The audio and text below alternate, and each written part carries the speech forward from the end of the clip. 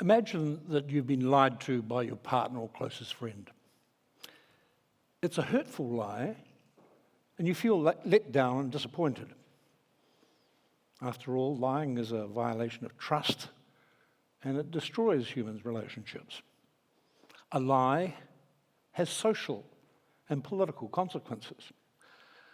A single lie can bring down a political party or government. Hitler coined the expression, the big lie in Mein Kampf, a lie so colossal everyone would believe it, because no one could believe that the truth could be so hideously distorted. Have you ever held a conversation with someone who lives in a fantasy world where you suspect everything said is just total exaggeration? You might be dealing with a pathological liar. Typically, a pathological liar is narcissistic, selfish, and delusional. Lying becomes compulsive and habitual. Pathological liars suffer false memory syndrome. Many believe they have accomplished superhuman feats.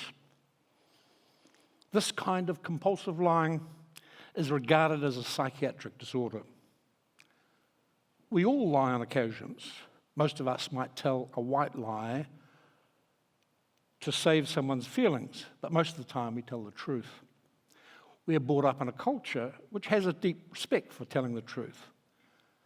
Some would argue that in our culture we are compelled to tell the truth about ourselves and our feelings, even when the consequences might be painful. Sharing our private lives and confiding in others actually creates intimacy and relationships. In the age of social media, there's a fascination with the lives of ordinary people. We have become the Confessional Society. Reality TV rules. Western society has established the confession as one of the main rituals that we rely on for the production of truth, not only in the social media, but also in the courtroom, in the newsroom, and in the classroom. Truth is central to all our institutions. And human communication is only possible against a background of truth and truth-telling. Can you imagine a society based on systematic lying where no speech is reliable?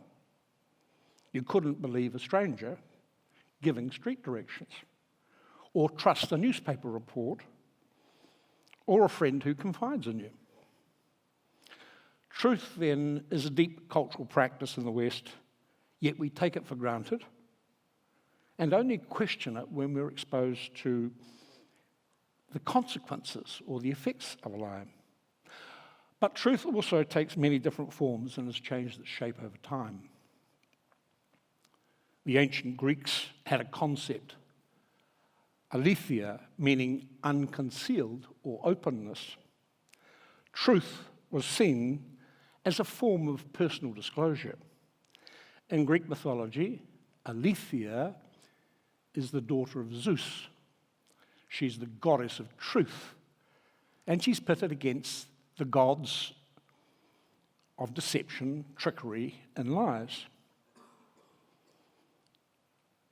The ancient poet Homer uses the word aletheia in the Iliad and the Odyssey to mean truth, where truth has to do with the reliability of what is being said by one person to another. Its opposite for him is lie or deception. Then verily, my child, I will tell you the truth. This is the ritual sentence that occurs 5 times in the Odyssey. The word often occurs in the phrase, the whole truth. To tell the whole truth in this sense is not just to utter some sentence which is true. It is to give the whole account, to tell the whole story. In the Iliad, for example, Achilles asks Phoenix to act as umpire in a chariot race and to report back to him the truth. The traditional oath required of a witness in court proceedings, to tell the truth, the whole truth, and nothing but the truth, dates from this ancient source 3,000 years ago. In this ancient tradition, aletheia is a matter of being truthful and open in one's personal dealings with another. So what is said can be taken by hearers as reliable and trustworthy. It seems like all classical cultures have a notion like truth. Chinese philosophy uses the term Dao, which means way in the sense of path.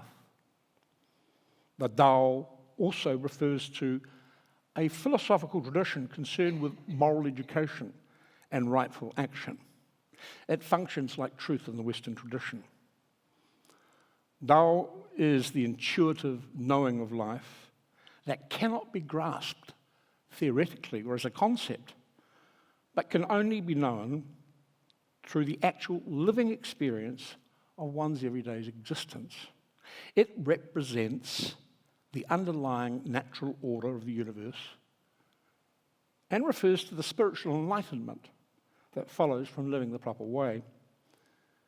In Buddhism, the Four Noble Truths comprise the essence of the Buddha's teachings. They include the truth of suffering and the truth of the path that leads to the end of suffering, which can be learned as the realities of the world by those who have reached nirvana. I teach suffering, its origin, cessation, and path. That's all I teach. The Buddha declared 2,500 years ago. The Persian philosopher Avicenna, in the Book of Healing, defines truth as that which in the mind corresponds to what is outside it. The Islamic tradition puts a premium on truth-telling and avoidance of lying and deception. I will not claim that truth is universal to all cultures, but it certainly seems to underwrite the classical civilizations. Testament. Now here's an interesting word. Testament means testimony, witness, evidence, proof, all relating to the family of truth. One source very influential in Western culture, as you know, is the New Testament. In the Gospel of St. John, Jesus says, I am the way, the truth, and the life. He says to his followers, you know the truth, and the truth will set you free.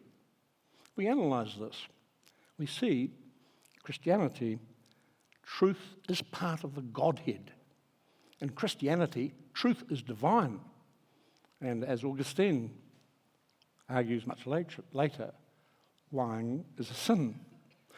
One historical consequence of this is that truth is associated with spiritual freedom, later political freedom, and it's also expressible in language.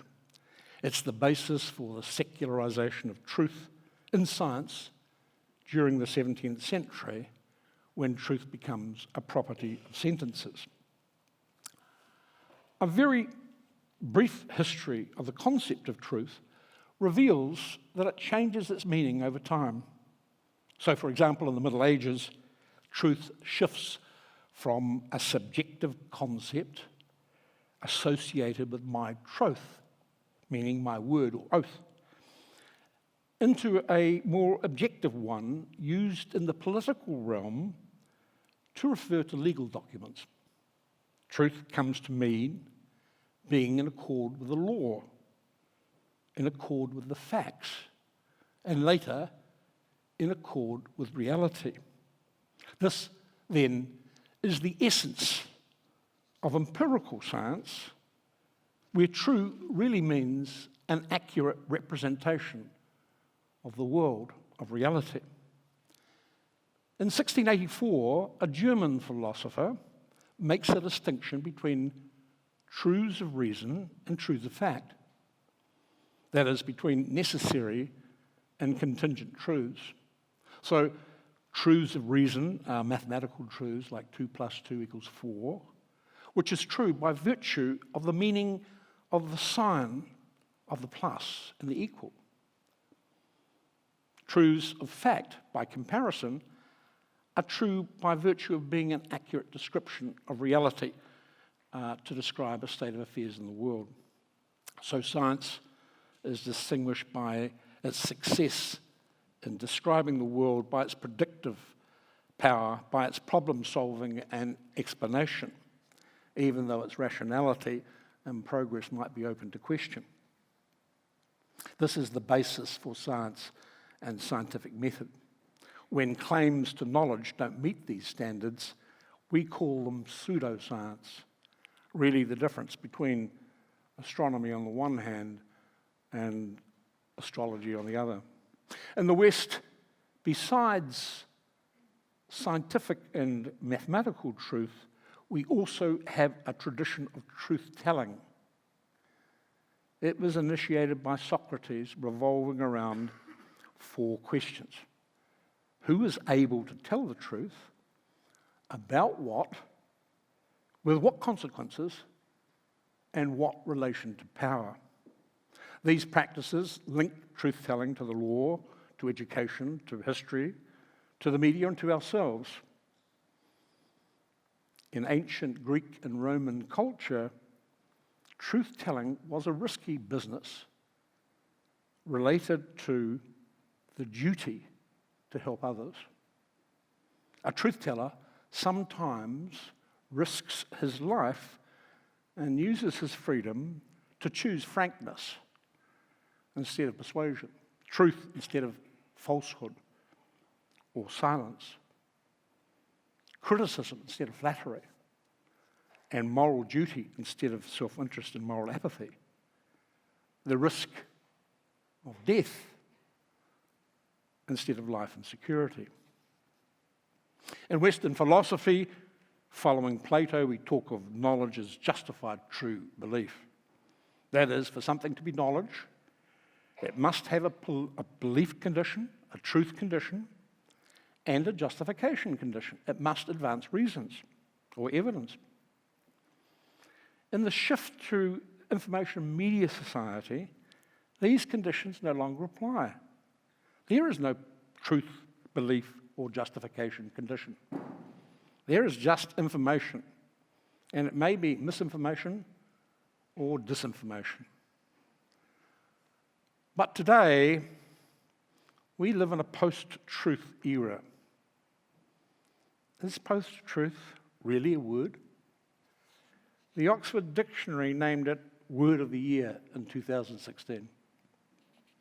Post-truth refers to a situation where appeals to emotion and personal belief trump objective facts. The Economist ran an article, Post-Truth Politics, Art of the Lie, referring to Donald Trump during his campaign, when he claimed Barack Obama is the founder of Islamic State, along with Hillary Clinton. Imagine that. Obama and Clinton, the founders of the worst terrorist movement within the West. Even his close supporters were perplexed. Brexit and Trump's triumph in the US election indicates a dramatic turn against the global international order. It's fueled by a coincidence of older, conservative social values, anti-immigration sentiments, climate change denial, and some worrying trends to do with white supremacists. Working class folk from the deindustrialized areas in the US got left behind when American manufacturing went east in search of cheap labor. Trump's style and his American First policies are delivered by Twitter. It's a form of media that lacks all reflection and fact-checking. Post-truth media is linked to the earlier concept of soundbite and photo opportunity. It completely bypasses public discussion in the regime of the 24-hour news cycle. There's no opportunity for discussion or argument, just a series of empty and unverifiable statements issued in the deafening echo chamber of social media. Now, fake news is full of hoaxes, misinformation, and distortion. It's published with the intent of deceiving. It takes the big lie to another level as the postmodern art of politics, where supporters believe something only if it agrees with their own deep-seated prejudices. Welcome to the flat earth society that turns its back on truth. So what are we to make of all this? Well, that's entirely up to you. But I leave you with this final thought. George Orwell said, "In a time of deceit, telling the truth is a revolutionary act."